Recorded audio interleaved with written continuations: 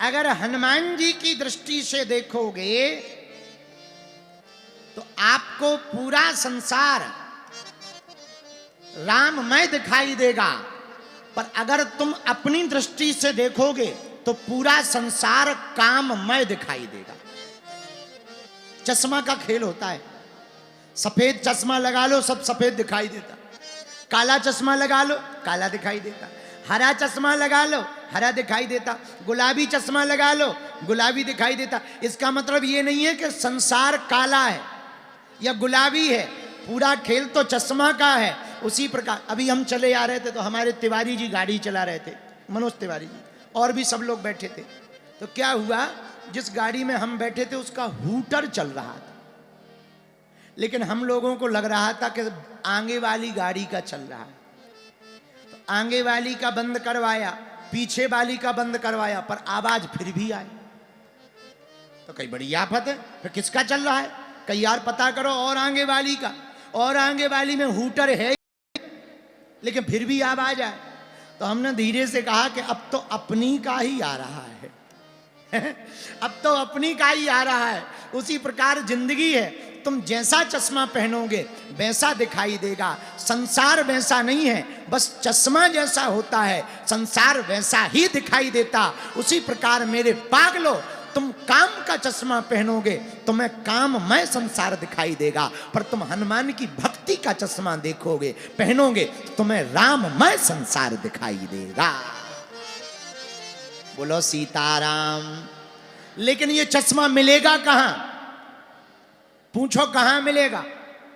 अरे पूछो कथा में। बताओ तुम्हें कौन से नंबर का चाहिए? अरे महाराज कथा में कहीं ऐसा होता है कथा में चश्मा मिलता? अच्छा कथा में सब लोग श्रोता थोड़ी आते, कुछ सेल्फी वाले भी आते। हाँ हाँ ये देखो ये ही खड़े, जरा इन पे कैमरा करो, टकले पे, ये जो पीली टी शर्ट वाले, मोटो पे कर कर कर, ओए ले ले सेल्फी। अरे काम भाग रहा हो, आजा आजा राजा आजा। बताओ बीच से सिर्फ सेल्फी भर, हाँ उठो। पूरी कथा में हमने कितने प्रवचन ठोक दे, उन्हें कोई मतलब नहीं। धन्य है मैया। अच्छा अच्छा सेल्फी भी बड़ी गजब की, इनमें मुंह टेढ़ो कर कर क्यों ले रहे? ऐसे लगन लगा जैसे आधा पैरालाइसिस हो गया। जब नया नया मोबाइल चला तो बहुओं के पास मोबाइल आया, तो एक बहू की शादी हुई तो दो तीन दिन बाद उसने बढ़िया श्रृंगार किया। उसने सोचा सेल्फी खींच के डाल दें फेसबुक पे। उसने मुंह टेढ़ा किया, पर सेल्फी ढंग की आए ना तो और टेढ़ा किया। तो सासू माँ चिल्लाई, बेटा आजा आजा, बहू को लकवा का अटैक आ गया है। बेटा भागा भागा, अरे माता जी पैरालाइसिस नहीं हो रहा है, ये सेल्फी का चक्कर है। बोलो सीताराम, जोर से बोलो। बुरा न मानना, मेरठ वालो, चित्र चाहे जैसा हो चरित्र बढ़िया होना चाहिए। कई लोगों के चित्र बड़े सुंदर होते हैं पर चरित्र बड़े ढीले होते हैं। भाई बस कितनी भी सुंदर हो पर अगर इंजन पुराना हो या खराब हो तो किसी काम की नहीं। उसी प्रकार चित्र कितना भी अच्छा या बुरा हो पर चरित्र बढ़िया हो तो बात बनती है, चित्र से बात नहीं बनती। पूजा चित्र की नहीं होती है, चित्र की होती है। अगर चित्र की पूजा होती तो सुंदर लोग पूजे जाते, पूजा तो चरित्र की होती है। तुम जैसे भी रहोगे वैसे पूजोगे। बोलो सीताराम, और जोर से बोलो। हाँ तो हनुमान जी की भक्ति का चश्मा कहां मिलेगा? बोलो बोलो कहां मिलेगा? कथा में। अच्छा बताओ कौन से नंबर काउंटर में मिलेगा? क्या काउंटर लगा है? ना ना ना, आके बैठ जाना है, अपने आप बन के लग जाएगा। कथा में चश्मा लग जाएगा।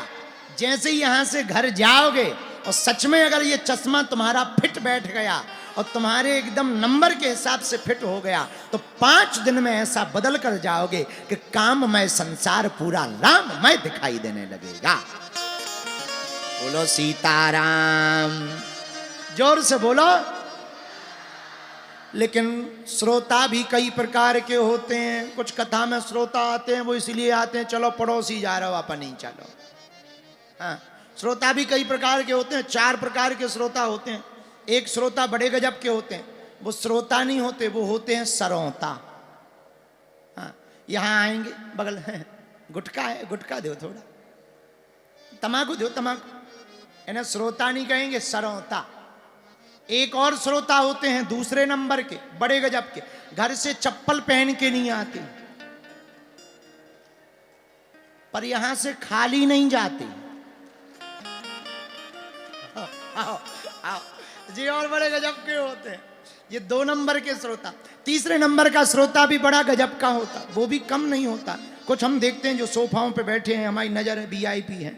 अच्छा तुम कभी देखना, कभी भी वीआईपी ज्यादा नहीं हंसेगा, जितने सोफा पे बैठे ये हंसेंगे नहीं। और ताली भी इतनी धीमी बजाएंगे कि अगर सत्तू भी हाथ में रख दो तो वो उड़ेगा नहीं, क्योंकि इन्हें ये लगने लगता है पे हमें वीआईपी नहीं माना जाएगा। हाँ, तो ये तीसरे नंबर के जो श्रोता होते हैं वो सोफों पे बैठे रहेंगे, वहीं कथा सुनते ही सुनते। बगल वाला फेंके, अरे जगो हो गई कथा। इन्हें श्रोता नहीं कहेंगे, इनको कहेंगे सोता। सोता ये भी बड़े गजब के होते हैं। कई लोग तो ऐसे होते हैं, एक हमारा चेला था हरियाणा में, हमने उसे कथा सुनाई, वो रोज सो जाए। 3 दिन बाद हमने कहा भैया हम कथा सुनाते हैं, तुम सो जाते हो, ध्यान में रहते हो क्या या सच में सो जाते हो? बोले गुरुजी कथा कितने दिन की है? हमने कहा 4 दिन और बची, 3 दिन निकल गई बेटा, 7 दिन की कथा। बोले गुरुजी 1 महीना की नहीं हो सकती? हम कहा क्यों? अरे बोले गुरुजी पूरी जिंदगी नींद की गोली खा खा के मर गए, 1 घंटा नींद नहीं आती है, और आपकी कथा में ऐसा जादू है बिना गोली खाए 3 घंटा निकल जाता है। हमने कहा ठठरी के बरे नक्कटा मूसर चंद, अरे तुमने सोने के लिए कथा करवाई है, सोने के लिए कथा नहीं है, ये तो सोते हुए लोगों को जगाने के लिए होती है, ये तो जगाने का काम कर। पर चौथे होते हैं श्रोता, जो सबसे आगे आते हैं, सबसे कथा होने के बाद जाते हैं और भाव पूर्वक भगवान की कथा को सुनते हैं, और जो सुनते हैं उसे जीवन में उतारते हैं। ऐसे श्रोता की आंखों में चश्मा लग जाता है।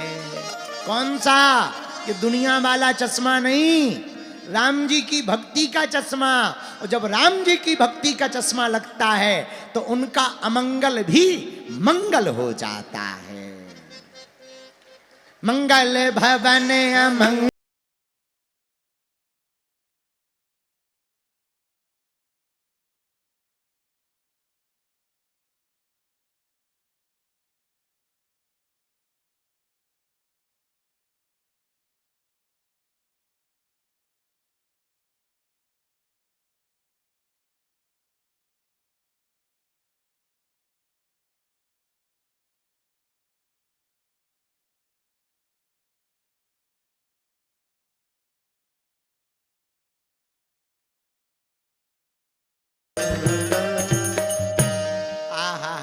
हनुमान जी महाराज मंगलों का हरण कर देते, मंगल कर देते हैं। बोलो सीताराम सीताराम। बालाजी महाराज के कृपा पात्र बागेश्वर धाम पीठाधीश्वर परम पूज्य धीरेन्द्र कृष्ण शास्त्री जी महाराज का पावन संकल्प। मध्य प्रदेश में छतरपुर के ग्राम गढ़ा में बनेगा विश्व स्तरीय कैंसर अस्पताल एवं रिसर्च सेंटर, जिसकी आधारशिला देश के यशस्वी प्रधानमंत्री नरेंद्र मोदी जी के कर कमलों से रखी जा चुकी है।